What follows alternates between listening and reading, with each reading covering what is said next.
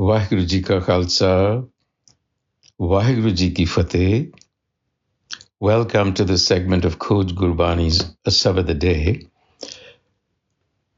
Today the recitation is from Mahalla Chautha, Gur Ramdas, the fourth Nanak, in Rag Vadhans, and the genre is a chant. The recitation will proceed stanza by stanza. And the first stanza, Ek Onkar Satgur Prasad, Merai man Satgur Preet lagai Ram. Har har naam Merai man vasai Ram. Har naam Merai man vasai, Sabbe dukh savaran hara.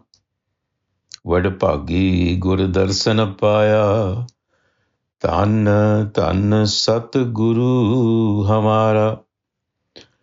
ਉਠਤ ਬੈਠਤ ਸਤਿਗੁਰ ਸੇਵੈ, ਜਿਤ ਸੇਵੀਐ ਸ਼ਾਂਤ ਪਾਈ. ਮੇਰੇ ਮਨ ਸਤਿਗੁਰ ਪ੍ਰੀਤ ਲਗਾਈ. The entire Sabad revolves around the Satgur, that enlightened source, which eventually, it turns out, is no different than the Har self within us, the essence. It's all a continuum. So the Guru is saying here that my mind has been imbued with love, Preet lagai, love for the self, for Ram, for that all-pervading essence. The Satgur has imbued my mind by instilling in me, Mere man vasai, the sacred wisdom, Naam, self-knowledge, by instilling in me self-knowledge, that wisdom. The Satgur has imbued my mind with love. We've often spoken about developing affinity for the self. One has to first develop an affinity, a love, an attraction. And the way you develop that is by going to the Satgur, or meeting with the Satgur, or encountering the Satgur, that source. Because then it acquaints you through its teachings, through its stories. It acquaints you with that world that we are otherwise unaware of. And when you hear the teachings of the Guru, it causes to arise in the mind this affection, this love. So that's the importance of the Satgur. So when the wisdom comes to dwell, it's a matter of great fortune. Vadbhagi gur darsana paya.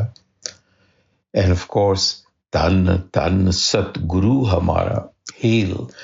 Here the word is Satguru, with a duranchar. I'm sorry, with an anchor sign, the double, which suggests plurality, which suggests collective consciousness of the Guru, implying wisdom. It means knowledge or absence of ignorance. So Guru Ramdas, the speaker, is hailing that principle of knowledge. So whether we are sitting or standing, we need to serve that true enlightened source and follow its guidance. Uthat baitat Satgur seva, jit seviye sant paye. Sant a calming down of the mind, a sense of comfort, well-being. That is the first prerequisite to knowledge. You first have to calm the mind down. Without that, you're not going to be able to connect with that intuitive awareness. It's like if you need to go into the depth of the ocean, you have to get past the surface waves. The second verse. How jiva Satgur dekh sar se Ram. Har naam dridai, jap har naam vig se Ram. Japi har naam kamal pragase, har naam navam nid pai.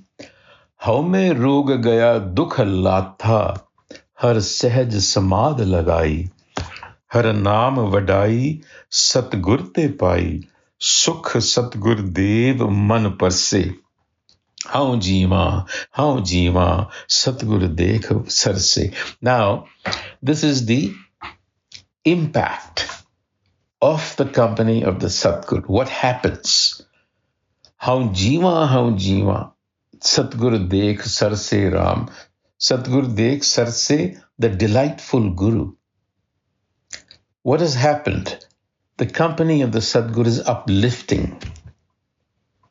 How jiva, it has brought me back to life. What does that mean? It doesn't mean physical life, but it means becoming alive spiritually. It has awakened in me that spirit that was submerged through that process of instilling wisdom. Haranama dridai. Dridai means instilling deep, embedding in the heart. And then when that happens, we begin to affirm this wisdom in our life.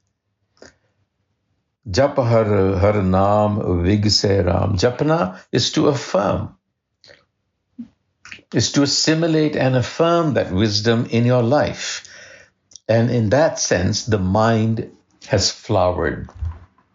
Wisdom opens up the mind, and you become life-affirming universally instead of life-negating, because you're so focused on that narrow ego. Now the mind has opened up like the petals of a flower, lotus, which is symbolic of spiritual awakening.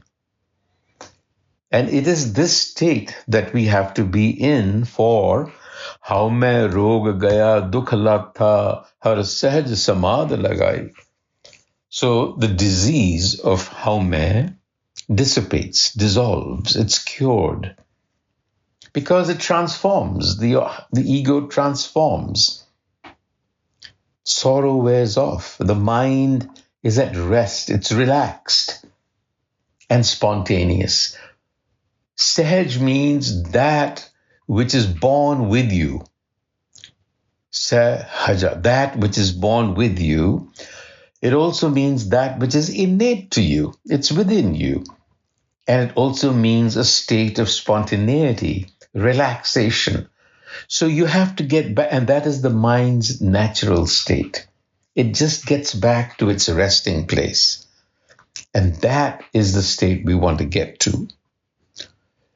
In the third verse, Koi aan milave, mera Satgur pura Ram. How mantan deva, tis kaat sarira Ram. How mantan kaat tis dei, jo Satgur bachan sunaye. Mere man bairag bhaya vairagi, mil gur darshan sukh paye. Har har kripa karo sukh date, de Satgur charan ham tura. Koi aan milave, mera Satgur pura. Now, koi aan milave would read, is there someone who can introduce me to this Satgur? But in the first verse, the Guru is already in that state. So this is to be read as how I had longed for. This is like, it's not past or present, but this is a constant state. You have to have this longing. So the Guru is reminding us, he says, how I longed for someone to bring me to the perfect Satguru. Koi aan milave, koi aage manu milanda. I would have given my body, I was ready to give my mind and body. How mantana dema. I was ready to cut off my body as pieces of offering. This kart sarira.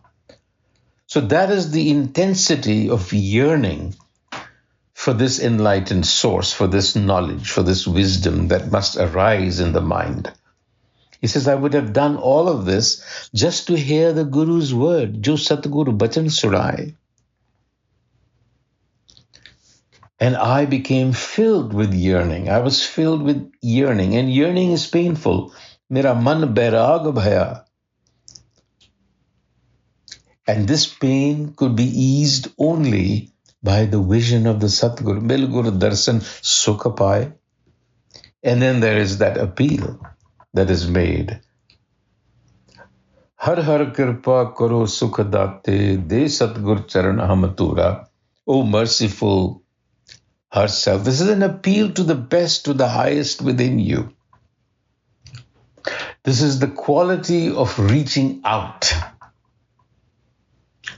So he says, O merciful herself, O giver of solace, Sukhadate, please bestow upon me the dust of the Guru's feet. What is the dust of the Guru's feet? It is simply the teaching.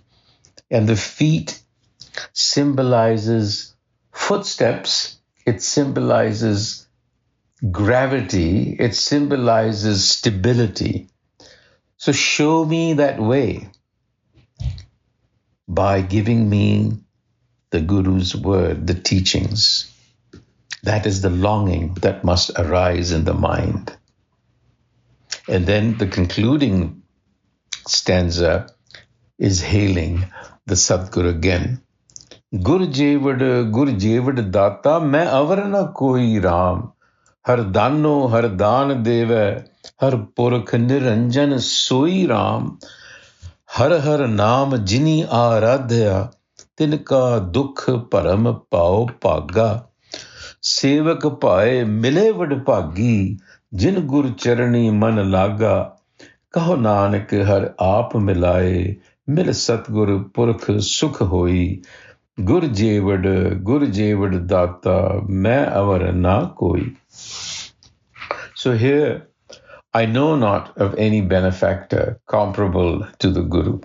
Gur jevad data, main avar na koi. I do not know of any other benefactor that can compare with the Satguru.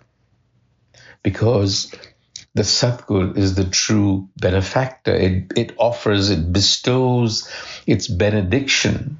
Har dano har dan deva. The benediction is self-knowledge. It gives it to everyone. And it is the Immaculate herself. Har purkh niranjan soe. So the Satguru and the Har purkh niranjan are really indistinguishable from one another. When you want to know someone, you know it by its qualities. So those who meditate upon the wisdom of the Har Naam Jinni Aradhya, they have their sorrows, their doubts, and their fears eliminated. Tinka dukh param paopaga. And they are truly fortunate. Sevak bhai mile vad bhagi. For their minds are now attached to wisdom. Jin gur charani man laga. Kaho nanak har aap milai. So here is the principle of grace at work. How it happens, when it happens, is not something that we can anticipate. Because in this very act of anticipation, the mind becomes tense. It's like falling asleep. You cannot will yourself to fall asleep. It just happens. So you fall into the state of relaxation. When it happens, how it happens is completely unprompted. That is why it is grace. Vaheguru Ji ka Khalsa, Vaheguru Ji ki Fateh.